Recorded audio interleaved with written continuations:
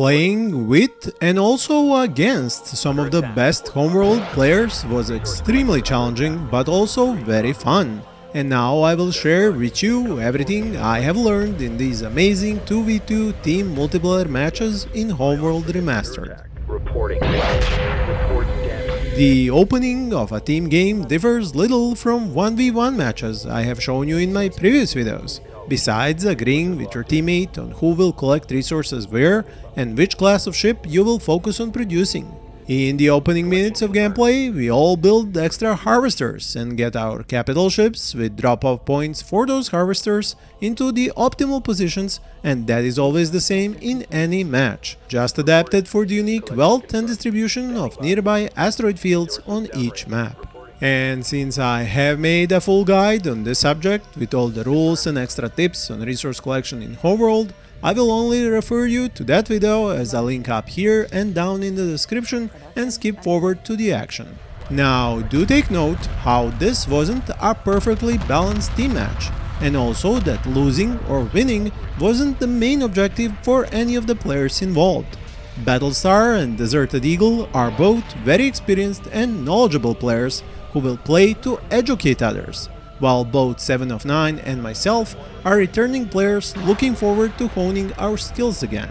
With that said, let's jump 6 minutes into the match, where Deserted Eagle, my teammate in yellow using the Vaygr faction, took an aggressive stance, occupying the asteroid field near the center with his carrier as a resource collection point, and has set up several wings of assault craft as both a defensive screen and a deterrent to the enemy team in case Battlestar wanted to take the initiative and collect resources in the richest middle asteroid field.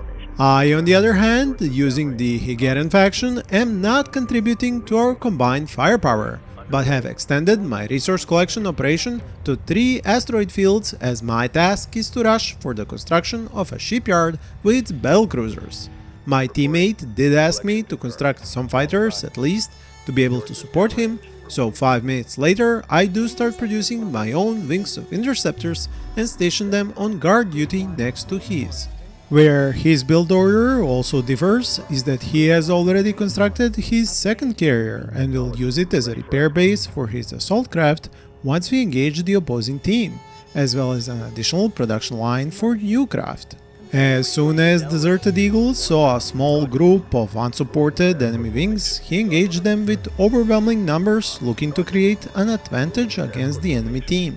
With their wings of assault craft and interceptors not being together, the enemy team allows us to take the initiative and deal more damage in the short span of time it took the rest of our enemy fighters' wings to join the skirmish. My contribution in this fight is minimal, as most of my resources are spent on research and construction in preparation to launch the first battlecruiser as soon as possible.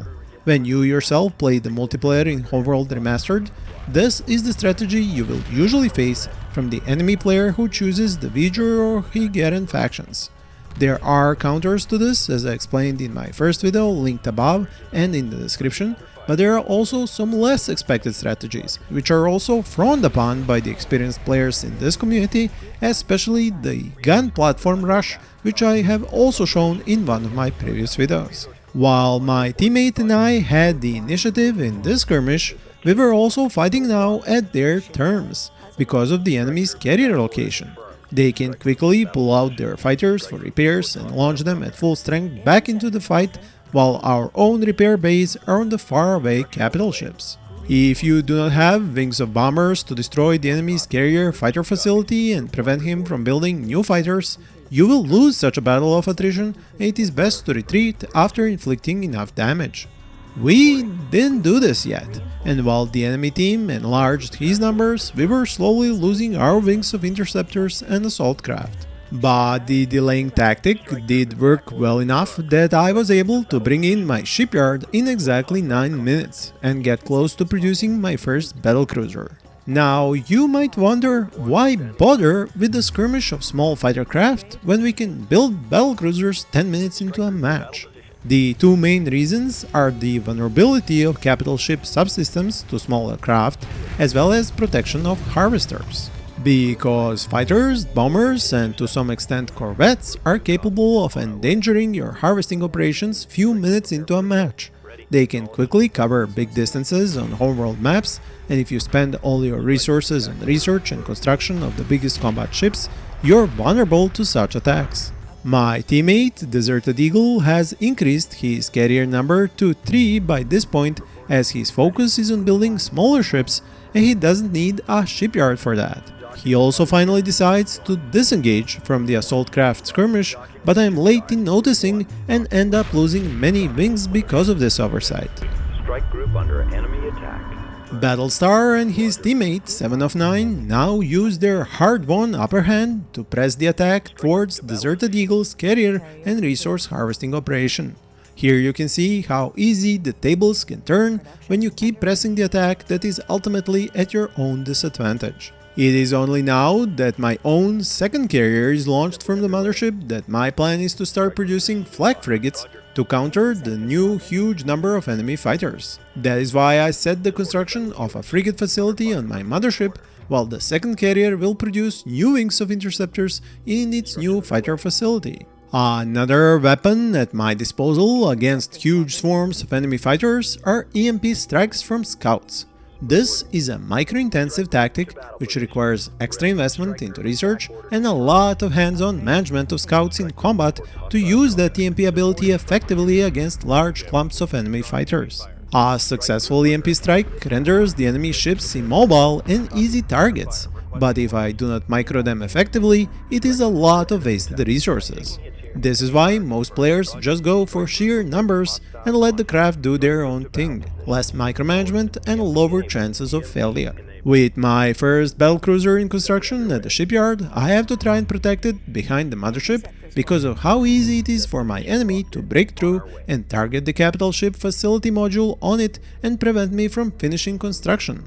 Something Battlestar did manage to do to me in our first 2v2 match, and it was an important lesson to learn, which is why I am explaining this whole concept to you now. Acknowledged.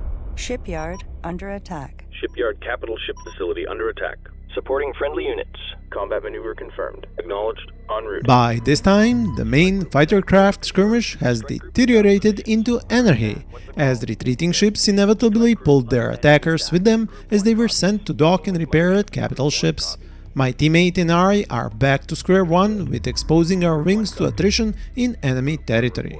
On top of that, Battlestar has finished production of his first destroyer before anyone else, and is already bringing it into position in the center.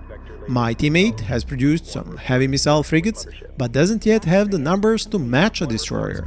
I will use my second carrier as another drop-off point for harvesting resources at a new asteroid field, as the fighters it produces can quickly travel from it to the developing battle. This is another reason why my mothership has both the frigate and capital ship building facilities, since it is closest to the action and those slow ships don't have too far to travel. With my first flag frigates joining the battle, we can hope to win the fightercraft battle, as those fire basically space shotgun shells into a whole wing of fighters and destroy them very quickly. Eliminating the enemy's current fighter superiority opens up the possibility to send in bombers to deal with enemy capital ships and main combat ships, like destroyers. Now trying to micro-scouts for a successful and a useful EMP blast is hard, and as it turns out, too micro-intensive in the middle of a big battle, while I still have many economy, research and construction tasks to take care of. Soon I abandoned the tactic in favor of a brute force approach, like my opponents and teammate. But this isn't to say this tactic isn't worth it. If you can pull it off, it can pay off a lot.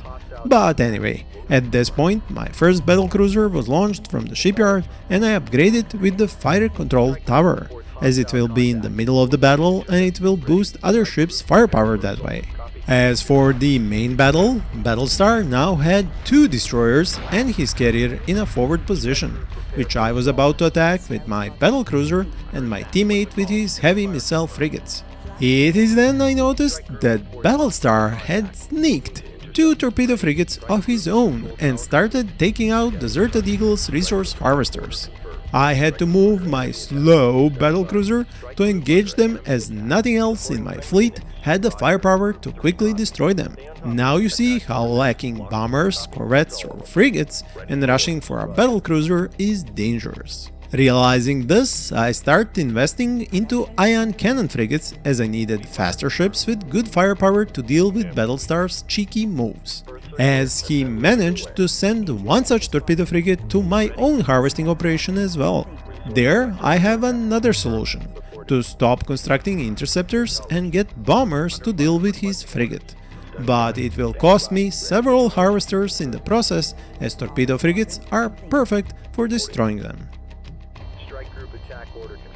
While my second battlecruiser is close to being finished, I switched over to destroyers at the shipyard and invested into faster construction at carriers as my research project. Since I wasn't micromanaging the battle, my flag frigates and interceptors are all over the place chasing after enemy fighters. At this point, we are all totally invested in this battle, and depending on the ships we have built and the way we use them, either team could win. Which is why disrupting harvesting operations is such a good tactic, as it robs you of resource income just when you need it the most. My bombers are out, but not before Battlestar's one lone torpedo frigate took out all my harvesters at this asteroid field. Strike group attack order confirmed. With the overwhelming firepower of the battlecruiser and many of my teammates' frigates, we destroyed Battlestar's carrier, but this is far from over despite me launching my second battlecruiser. My plan is to use them to take out enemy harvesting operations to cut them off from new resources, while Battlestar once again sneaks in a torpedo frigate to do the same, but this time I have bombers ready for it. Now Battlestar deployed 4 destroyers, and my teammate wants me to attack them with my battlecruisers, bombers and new ion cannon frigates. I do comply, but make the mistake of not first consolidating my fleet formation, and despite getting resource harvesters ready to repair my first battlecruiser, I let it stay unsupported by other ships, except Deserted Eagle's missile frigates and his first destroyer, against 4 enemy destroyers. Battlestar's use of field defense frigates is very interesting here, as the fields generated by those do prevent my firepower from dealing as much damage. This is why I target those first with my ships, to prevent them from protecting enemy destroyers, which soon increase to 5 in total, which is a lot of accumulated firepower, which Battlestar keeps pulling back and out of range of my slow battlecruiser. He also starts to engage my bombers with his fighters, which I can only follow with my own flag frigates, meaning the whole battle and match now hinges on the outcome of this capital ship duel. Because my second battlecruiser is so far away from being able to support the first one, I decide to attack 7 of 9 and his harvesting operation at his mothership. He still has a considerable number of light craft, but no combat capital ships, as he was the focal point of the main skirmish for most of the match. My first destroyer is ready, but so far from the main capital ship fight that it's not even practical to move him there unless I would use hyperspace movement, which I don't invest in, as I'm hoping the battlecruiser's firepower will be enough. This is where Battlestar's final move pays off for him, as he has managed to produce his own first battlecruiser and pulls in my own towards it where I have little support. He now turns the combined firepower of his 5 destroyers and battlecruiser at my own 1 to reveal the full scope of my mistake. The HP of my lone battlecruiser drops insanely fast, and my only comfort for seeing my battlecruiser disintegrate in a hot ball of plasma is the even bigger explosion from 7 of 9's mothership. Deserted Eagle also lost a destroyer in that capital ship fight and is retreating with his remaining one, as I and Battlestar move our capital ships for the final showdown. Here I decide to help my fleet by first disabling that battlecruiser's main gun's subsystem, and with my bombers upgraded for system damage, that shouldn't take long.